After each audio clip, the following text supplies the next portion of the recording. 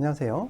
이번 시간에는 이제 경기 순환이라는 것에 대해서 한번 이야기를 해볼게요. 우리가 투자를 하려면 거시경제의 그 어떤 영향을 받지 않을 수가 없습니다. 우리가 흔히 하는 실수 중에 하나가 이런 거예요. 내가 투자를 한 종목은 정말 신중해서 발굴을 했기 때문에 뭐 어떻게 되든 잘 갈 거야. 물론 그러면 좋은데 거시경제 영향을 받지 않을 수가 없는 거죠.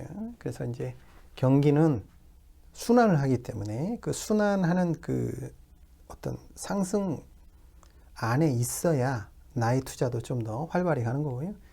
제 아무리 좋은 회사든 좋은 산업이든 간에 하강 국면에 접어들면 어려운 순간이 오게 되는 거죠. 그래서 기본적으로 경기 순환이라는 것을 좀 이해를 하고 우리가 투자를 해야 돼서 간단하지만 경기 순환이 뭔가 그런 내용들을 조금 살펴보도록 하겠습니다.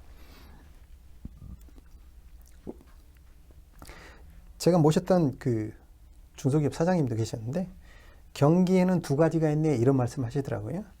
첫째는 안 좋을 때하고 경기가 안 좋을 때와 둘째는 매우 안 좋을 때가 있네 이런 우스갯소리를 하셨는데 경기라는 게 이제 그 일반인이 느끼기는 안 좋잖아요. 당연히 좋을 리가 없을 것 같아요. 그러면 경기는 꼭 안 좋은 것인가? 이게 이제 그 주의를 하셔야 되는 게 경기라는 것은 전체적으로 봐야 됩니다. 총괄적으로. 돈을 우리가 그 기본적으로 이제 경제 성장률 이야기를 하잖아요. 경제 성장률이 낮아는 졌지만 IMF 외환위기라든가 글로벌 금융위기 이런 어떤 특수한 상황들이 아니면 그 마이너스로 들어가지는 않거든요. 중요한 건 뭐냐? 성장은 한다는 거예요. 그러면 성장을 했을 때 누군가는 그 성장의 과실을 따먹고 있다는 거지. 그러니까 투자라는 것은 성장에 붙어서 그 함께 기대서 투자를 하면 되는 것이니까 그런 부분들을 생각하셔야 돼요. 우리 주위 사람들이 힘들고 내가 힘들다고 경기가 꼭 나쁜 것인가? 그 부분은 좀 생각을 달리 하셔야 된다는 거예요. 총괄적으로 보셔야 돼요. 자, 경기는 안 좋습니다. 그러면 정부에서 제일 먼저 무슨 일을 할 것 같습니까? 그렇죠. 통화량을 늘리고 머니를 늘리고요. 이자율을 낮춥니다. 인터레스트 레이트를 낮추게 됩니다. 그렇게 되면 어떤 효과들이 발생하냐면 이자율이 떨어지면 컨슘, 소비가 늘어납니다. 집도 그렇죠. 주택 사는데 이자율이 굉장히 낮아요. 대출을 받아서 집을 사야 되는데 아무래도 대출 의사결정이 마음이 편하죠. 이자율이 낮으면 집도 더 사게 되는 거고요. 공장을 지으려는데 돈을 빌려와서 공장 지어야 되겠어요. 이자율이 떨어졌네요. 공장 짓기 편하겠죠. 투자도 늘어납니다. 인베스트도 늘어나는 거죠. 그 목적을 달성하기 위해서 우리가 한국은행과 정부는 통화량을 팽창시키고요. 금리를 떨어뜨립니다.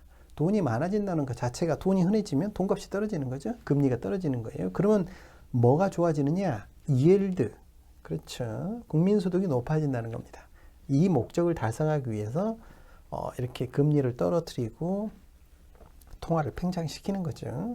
그래서 국민소득이 높아지게 되면 어때요? 이제 사람들이 안 사던 것도 삽니다. 호주머니 돈이 많아지면요. 한 개 사던 걸 두 개 사고 물가가 오르게 됩니다. 프라이스, 물가가 오르게 되는 거죠.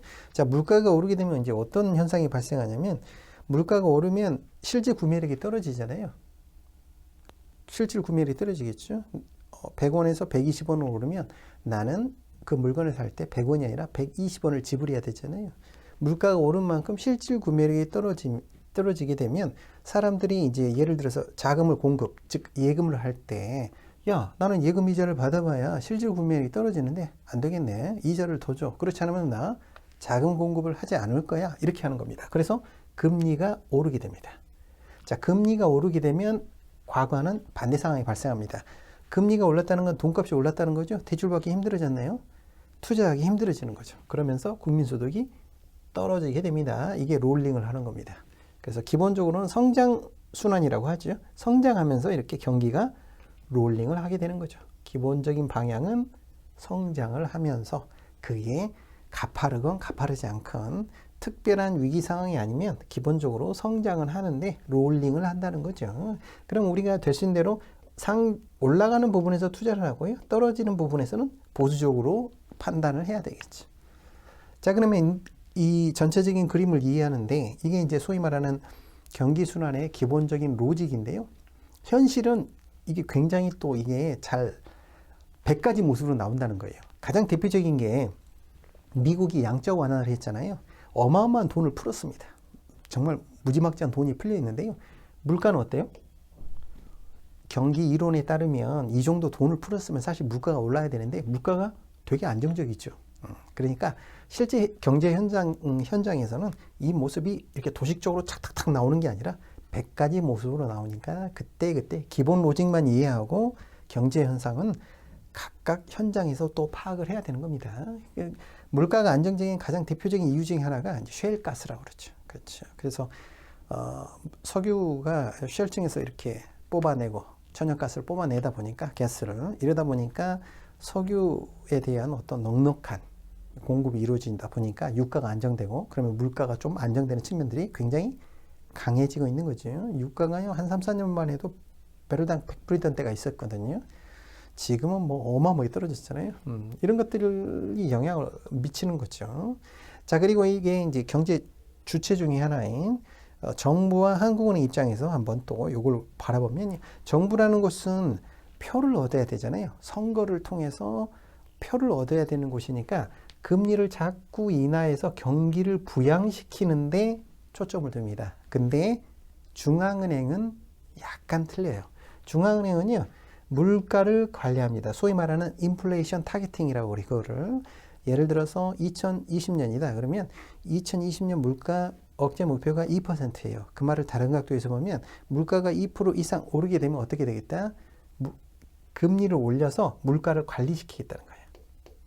그래서 안정적인 성장을 바라는 거예요. 왜냐하면 물가가 폭등하잖아요. 초인플레이션이 오면 어떤 문제가 생기냐면 경제가 망가져요. 그걸 다시 재건하는데 너무 힘듭니다. 그래서 한국은행, 즉 중앙은행의 목표는 안정적인 지속 성장이기 때문에 지나치게 경기가 이제 이렇게 지나친 호황으로서 이제 오버하게 되면 어떻게 된다? 억제시킵니다. 왜? 물가 관리를 위해서. 자, 그래서 이렇게 정부와 중앙은행이 입장이 약간은 틀리구나. 이런 생각을 좀 하면서 경기를 지켜보셔야 돼요. 그래서 금리를 관리하는 것이 중앙은행이죠. 그렇죠? 금융통화위원회에서 기준금리를 결정하게 됩니다. 지속적으로 낮춰왔죠. 경기 부양하는 측면이 아직까지는 있어요. 왜? 물가가 많이 오르지 않았기 때문에 금리를 더 낮춰서 경기 부양에 치중해도 지금은 물가가 충분히 낮은 수준이니까 걱정이 안 되는 거죠. 근데 만약에 물가가 오르게 되면 어떻게 되죠? 일정 수준을 넘어가면 이제 금리가 더 이상 이제 떨어지지 않고 중앙은행에서 금리를 올릴 수 있는 그런 측면도 있을 거예요. 자, 그러면 이제 현실에서 들어와서 경기 추이가 어떻게 될까 한번 좀 과거 레코드랑 해서 한번 좀 보도록 할게요. 이런 것들을 감을 잡으면서 투자를 봐야 좀 더 객관적이고 긴 호흡으로 보실 수 있거든요. 자, 보시면 이게 큰 진폭, 이게 경기가 이제 기본적으로 상승하는 거를 상승 패턴을 제거하고 뉘어놓은 거예요. 그래서 업다운이 어떻게 되느냐 요거를 이제 찾아보는 거죠. 보시면 크게 하락할 때가 있었죠. 이때가 외환위기입니다. 그리고 나서요, 글로벌 금융위기 때 또 큰 다운이 있었습니다. 그 전에 그 대표적인 다운은 뭐냐면 석유 파동이었어요. 두 번에 걸쳐서 크게 있었죠. 1차 석유 파동이 있었고요. 2차 석유 파동이 있었어요. 자, 이런 것들이 이제 우리나라 경제에 큰 영향을 미치는데 아무래도 이제 대외 변수 영향을 안 받을 수는 없겠지만 굉장히 심하게 받죠. 왜? 우리나라는 이제 수출 위주로 성장해온 나라이기 때문에 아무래도 대외 변수에 굉장히 영향이 커요. 어쨌든 요렇게 이제 IMF 외환위기 이후로 보시면 경기 순환에 롤링을 하는 그 밴드가 어때요? 지속적으로 줄어들고 있습니다. 그걸 느끼셔야 돼. 경기 진폭이요 계속 조금씩 줄어가지고 최근에는 어떻습니까?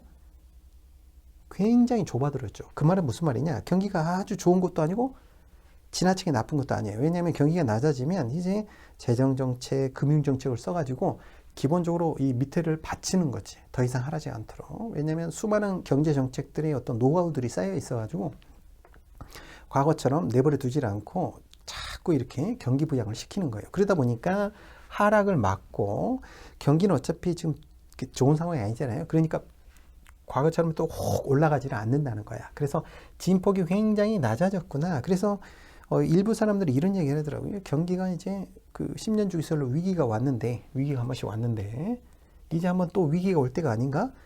위기가 그렇게 큰 위기가 오기에는요 너무 경기가 안 좋아요. 사실 더 나빠질 것도 없을 것 같아. 그렇다고 해서 경기가 굉장히 확 좋아질 거냐? 그 역시 아닐 것 같아요. 그래서 우리나라뿐만 아니라 전체적으로 경기가 진폭이 굉장히 줄어들었구나. 좋은 건지 나쁜 건지, 어디가 위점이고 고점이고 어디가 저점인지 파악하기가 쉽지 않은 상황들이 좀 이어지고 있구나. 그런 부분들은 생각을 하시면서 투자를 할 때 참고하시면 좋겠습니다. 이게 바로 거시경제를 보면서 함께 또 좀 더 심층적인 투자를 하는 하나의 방법이 되겠죠. 오늘도 고생하셨습니다.